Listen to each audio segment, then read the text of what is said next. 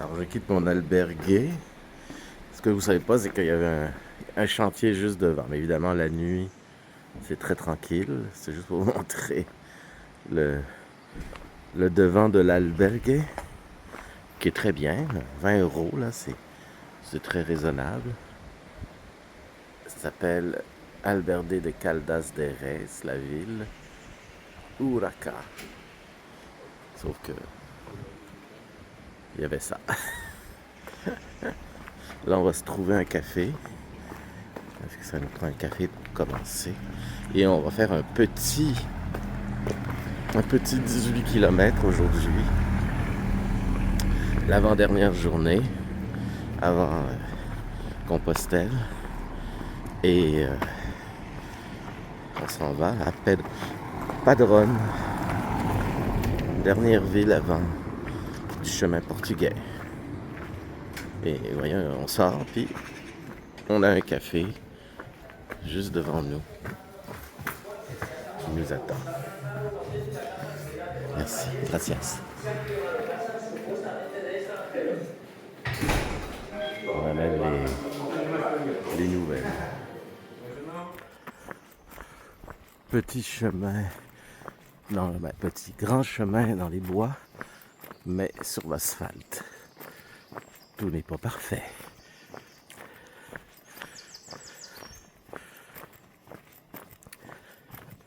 Là, c'est différent. Il n'y a plus d'asphalte.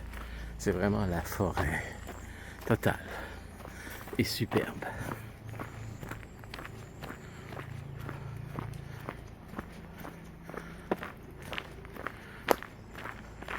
Un petit paradis de forêt. Alors, vous entendez la cornemuse gaélique qui est un peu plus petite que la cornemuse écossaise. Voici notre galicien à la cornemuse.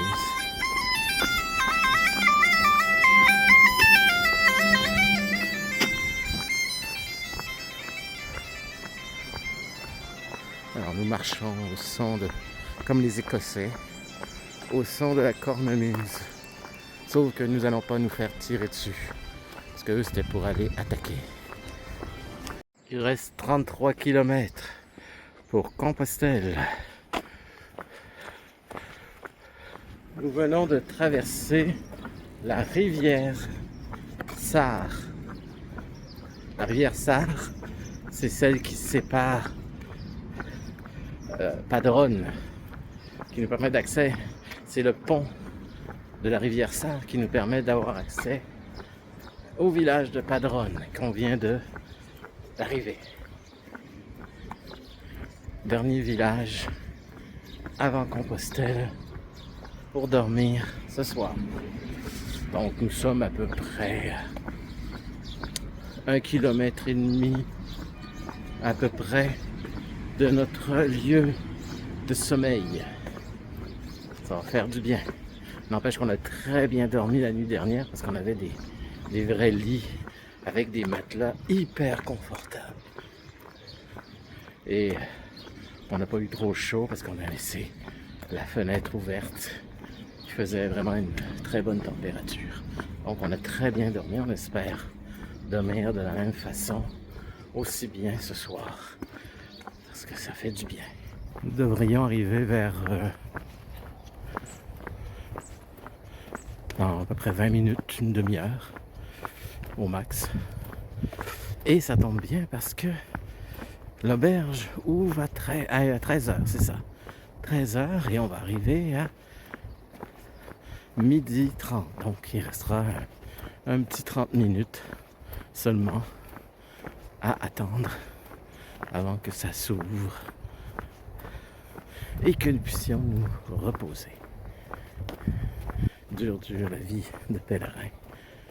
Marcher, se lever le matin tôt, marcher, manger, dormir.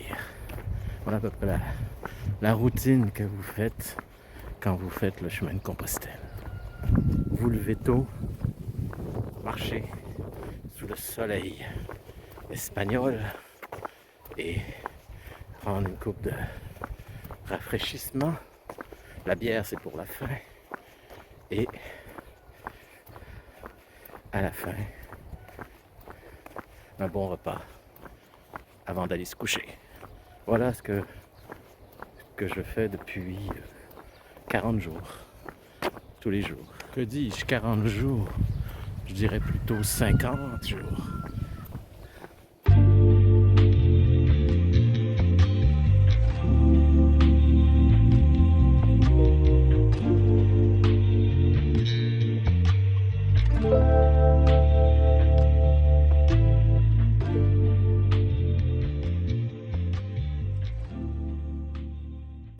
Alors voilà de quoi a l'air l'albergue de Padrone et mon lieu où je vais dormir. C'est particulier parce que il y a des gros ajourages, peut-être pour économiser le bois, je ne sais pas, donner un style. Mais si vous regardez bien, je vais vous montrer ça. Ben, ce duo, c'est comme s'ils couchaient dans un grand lit king. J'espère qu'ils s'entendent bien. Oui, toi, ça va. Mais tu sais quoi.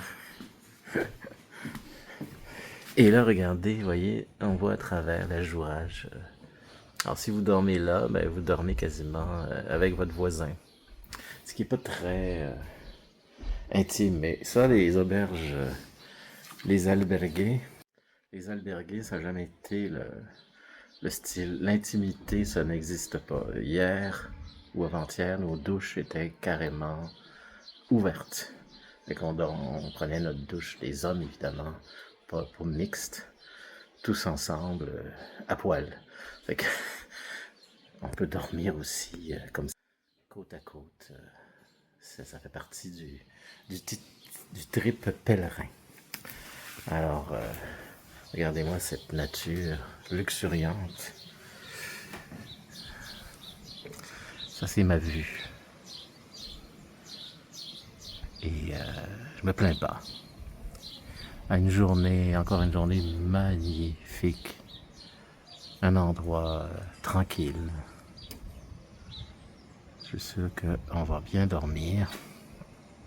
Et on se revoit demain pour la dernière étape du chemin portugais. Parce que nous allons arriver à Compostelle pour la deuxième fois. Parce que pour ceux qui ne suivent pas depuis le début, ben, on a déjà fait, moi puis mes deux compagnons, Ilan et Armando, on a fait déjà le Camino Frances. Ça fait que ça va être la deuxième fois que nous arrivons à Compostelle et c'est, une habitude. On est moins stressé que la première fois. La première fois, ben, pas pour moi évidemment qui suis un vieil habitué, mais pour mes deux compagnons qui faisaient ça pour la première fois sur le chemin français. Ah, ils étaient énervés d'arriver, là, ça les impressionnait beaucoup. Mais là, en parlant avec eux, ben, ils m'ont dit qu'ils sont beaucoup plus détendus et pensent avec beaucoup de tranquillité quand tu le fais pour la deuxième fois.